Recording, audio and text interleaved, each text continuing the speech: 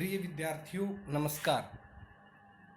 हिंदी विषय में 12वीं कक्षा में हम पढ़ रहे थे काव्य भाग, और हमने काव्य भाग में पहला कवि हमारा हरिवंश राय बच्चन को हमने पूरा किया, जिनकी 2 कविताएं थी, आत्म परिचय और दिन जल्दी जल्दी ढलता है।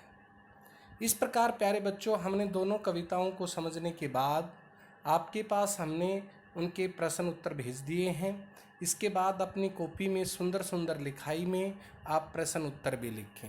इसके बाद जो कविता हमारी आती है, अगला दूसरा कवि हमारा आता है, वह है आलोक धनवा। आलोक धनवा कवि जो हैं वो प्रकृति से जुड़ी हुई बहुत सारी विभिन्न क्रियाओं के बारे में हमसे रूबरू होते हैं। तो जो भी अब हम कविता पढ़ने जा रहे हैं, इस कविता की विशेषता है कि प्रकृति के अंदर जब मौसम बदलता है तो बहुत सारे परिवर्तन होते हैं। उन परिवर्तनों को एक मानव की क्रियाओं की तरह से देखा गया है, जिसको हम कहते हैं मानवीकरण।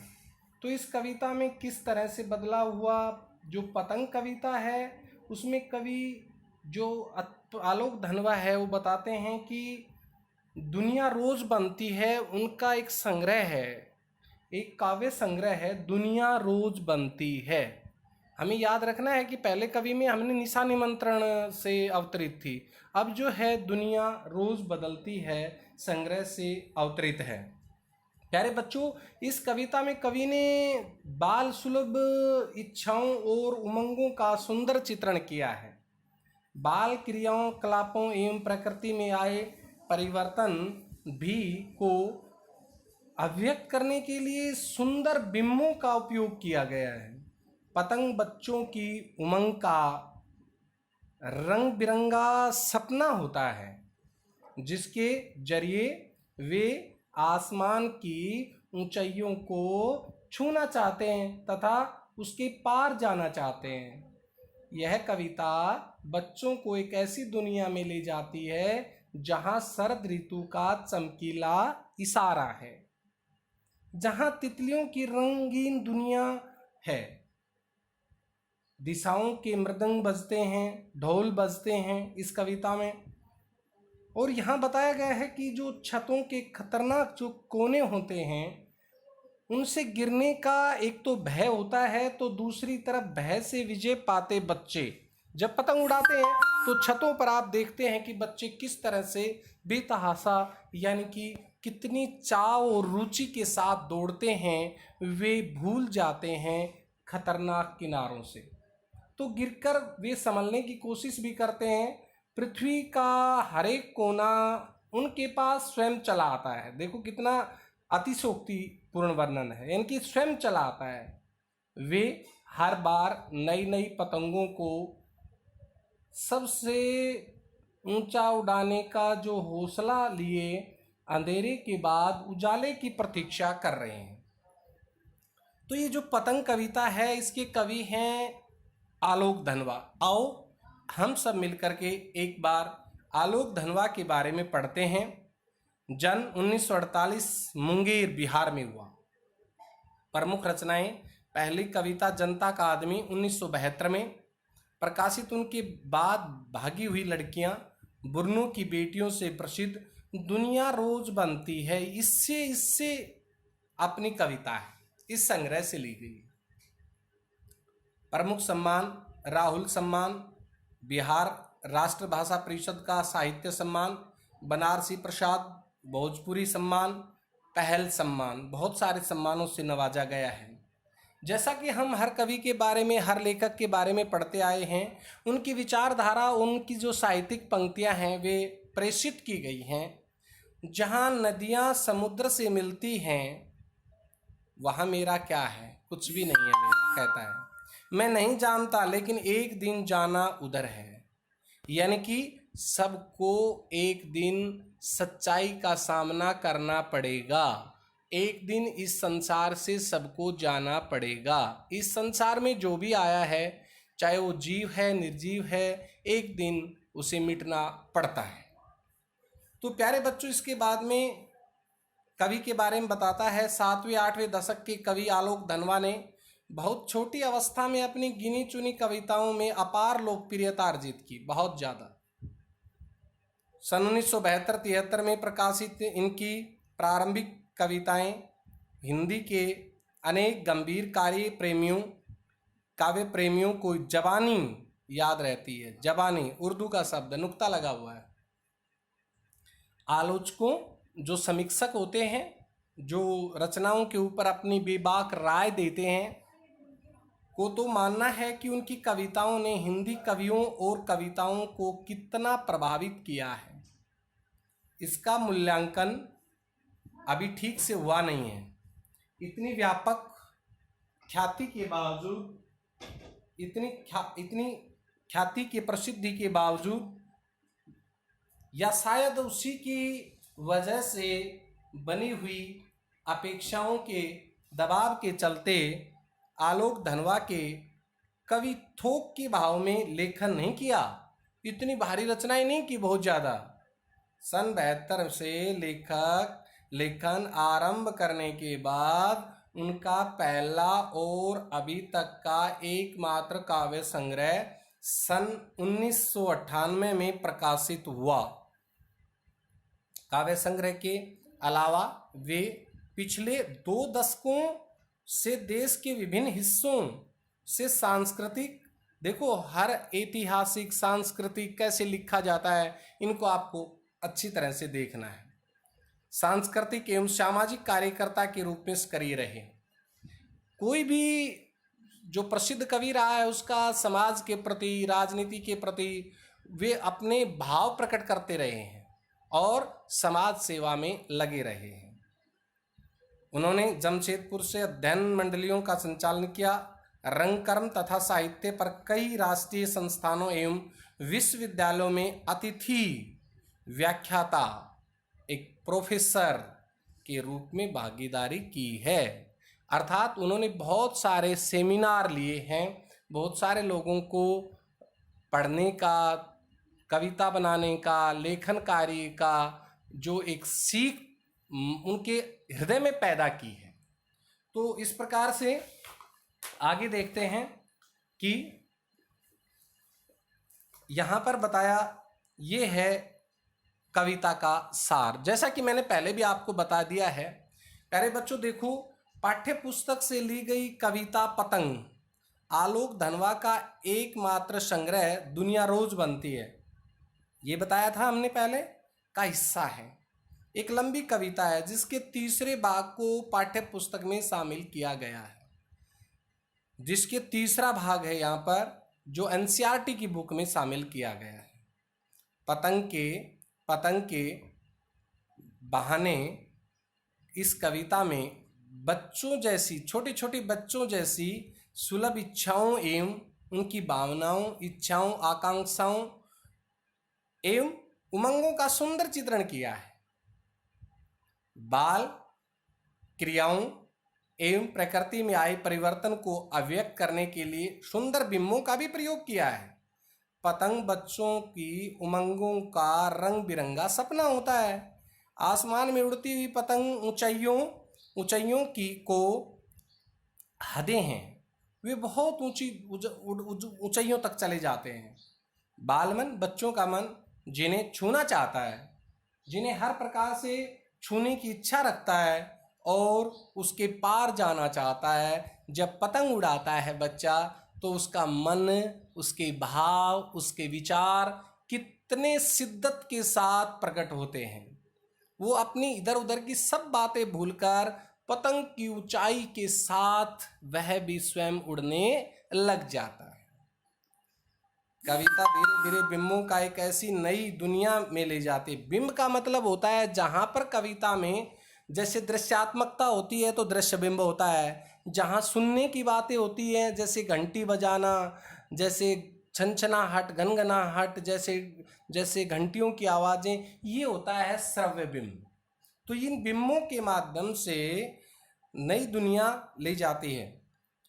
कविता में धीरे धीरे बिंबों की ऐसी नई दुनिया में ले जाती है जहाँ शरद ऋतु का चमकीला इशारा है, जहाँ तितलियों की रंगीन दुनिया है, तितलियों की रंगीन दुनिया है पतंगों से। यानी कि आसमान में जब पतंगों का मौसम आता है तो ऐसा लगता है जैसे पतंग नहीं, तितलियां उड़ रही हो। कितनी काल्पनिकता है कवि की भाव में, देखिए आप लोग। दिशाओं के मृदंग बजते हैं, ढोल बजते हैं, मृदंग ढोल होते हैं। और जहां छतों के खतरनाक कोने से गिरने का भय होता है तो दूसरी ओर भय पर विजय पाते बच्चे हैं, जो बच्चे गिर गिर कर संभलते हैं और पृथ्वी का हर कोना खुद ब खुद स्वयं चलकर उनके पास आ जाता है। यही तो हमने पहले बताया था आपको। वे हर बार नई नई पतंगों को सबसे ऊंचा उड़ाने का हौसला। अब देखो नई नई जो शब्द है, ये नई नई शब्द आजकल हम जो ईकारांत होता है, इमली, ई का प्रयोग करने लग गए हैं यह की बजाय। पतंगों को सबसे ऊंचा उड़ाने का हौसला, हौसला देखो कैसे लिखा जाता है। लिए फिर भादो, भादो का मतलब होता है वर्षा ऋतु के बाद का समय, यानी कि अगस्त का समय। अंधेरे और अंधेरे के पार शरद उजाला की प्रतीक्षा कर रहे हैं। उजाला हो जाता है, यानी कि उससे पहले बादल आसमान में छाए रहते हैं, घनघोर बादल छाए रहते हैं, प्रतीक्षा करते हैं, उजाला हो जाता है, आसमान साफ हो जाता है। बारिश के बाद भादो आने पर चारों तरफ मौसम बड़ा सुहाना बन जाता है, तब पतंग उड़ते हैं। क्या आप उसके साथ हैं? कवि कहता है, क्या आप भी उसके साथ हैं? हाँ, हम भी ऐसी भावनाओं के साथ तन्मयता से हैं। तो प्यारे बच्चों, छोटी सी कविता, बहुत कुछ भाव लिए हुए पतंग कविता आलोक धनवा जी की कविता है। और इस कविता में विशेषता जो है, यानी कि हम बताना चाहेंगे आपको कि इसमें बहुत सारी विशेषताएं हैं। जैसे यह कविता गद्यात्मक शैली में है, यानी कि इसको गाया नहीं जा सकता है, कहेंगे ज्ञता का आधार नहीं है, गद्यात्मक शैली में कविता है। और कविता हिंदी की खड़ी बोली में अवतरित है, मुक्तक छंद है कविता में। मुक्तक छंद का मतलब जो गाई नहीं जा सकती है। प्रतीकात्मकता बहुत है, लाक्षणिकता है। कविता में अनेक बिंबों का भी प्रयोग हुआ है। इस प्रकार बाल सुलभ बच्चों की जो वात्सल्य का रस भी इसमें झलकता है, और कविता में मानवीकरण अलंकार भी है। और प्यारे बच्चों, इस कविता में जो विशेषताएं हैं वे और भी बनती हैं, तो हम एक बार इस तरह से जानेंगे। तो देखिए, सबसे तेज बौछारें गई भादो गया, सबसे तेज बौछारें चली गई हैं। कवि कहता है कि सबसे तेज बौछारें चली गई हैं, यानी कि कहने का मतलब ये है श्रावण मास चला गया है। आषाढ़ और सावन की रिमझिम सबसे तेज ज नुक्ता लगा हुआ है, बौछारें गई, भादो गया, भादो का महीना चला गया है, सवेरा हुआ।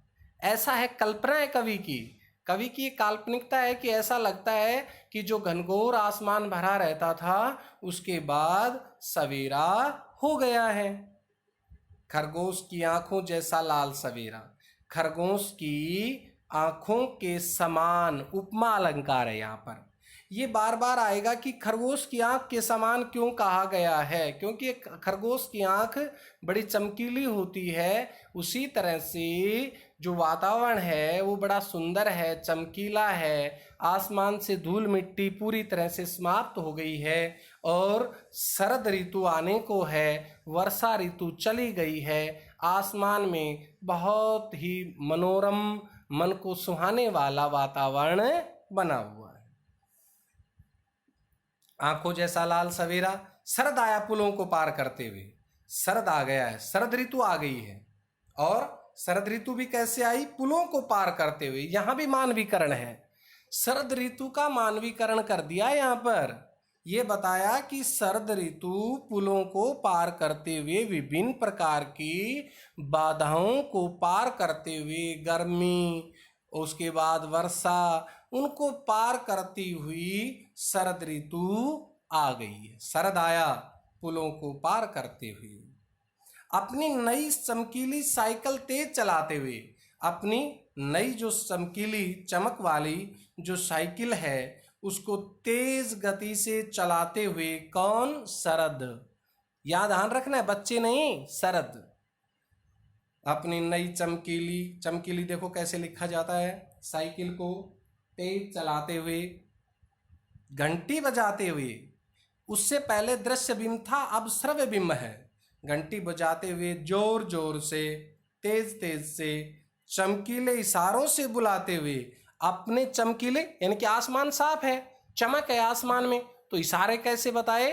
चमकीले इशारों से। शरद जो है चमकीले इशारों से बुलाते हुए पतंग उड़ाने वाले बच्चों के झुंड को, जो पतंग उड़ा रहे हैं उन बच्चों के बहुत सारे समूह को चमकीले इशारों से बुलाते हुए, चमकीले इशारों से बुलाते हुए, और आकाश को इतना मुलायम बनाते हुए, मुलायम से अभिप्राय है कि आसमान में वर्षा होने के बाद स्वतः ही आसमान एकदम मुलायम बन जाता है, एकदम साफ सुथरा बन जाता है।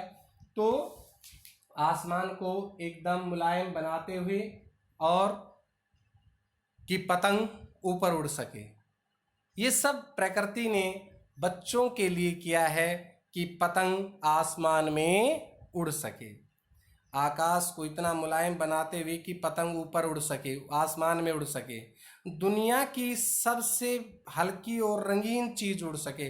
दुनिया की सबसे हल्की चीज किसे बताया? पतंग को बताया है, याद रखना आपको।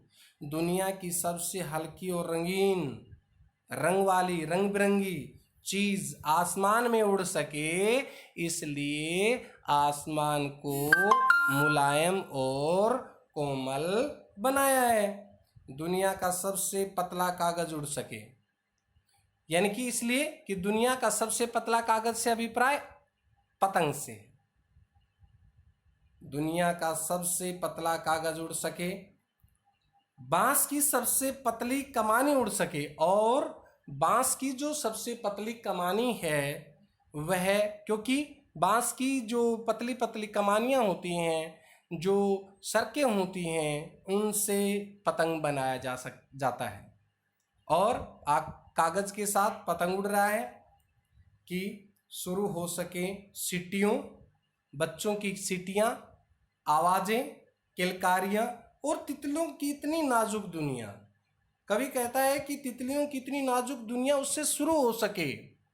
कवि ने ये बताया कि इस प्रकार से शरद ऋतु ने, यानी कि आसमान ने अपना वातावरण बनाया है, और बच्चे जिसमें आसानी से पतंग उड़ा सकें। तो एक बार प्यारे बच्चों आइए हम इसके प्रश्नों को देखते हैं, इनके प्रश्नों पर एक बार नज़र डालते हैं और प्रश्न देखते हैं। किसमें पहला प्रश्न है, मैं वैसे आपको बता देता हूँ, भादो महीना अगस्त का महीना होता है, और अगस्त के बाद में मौसम जो है आश्विन और कार्तिक मास में मौसम साफ सुथरा होता है और शरद ऋतु आने को होती है। ऐसे में जो कवि की कल्पना है उसका चित्रण किया गया है। एक प्रश्न इस पैरे में से देखते हैं हम, जैसे कि आप अपने अनुसार छांटिए। इसमें पहला जैसे प्रश्न बनता है, कवि ने प्रातःकाल का वर्णन किस प्रकार किया है? प्रातःकाल का, ये सब प्रातःकाल का वर्णन है, किस प्रकार किया है? कवि ने शरद ऋतु को प्राय खरगोश की आंखों जैसी खुशनुमा लाल होती हैं, जो लाल होती हैं उसके समान प्रातः का मौसम है।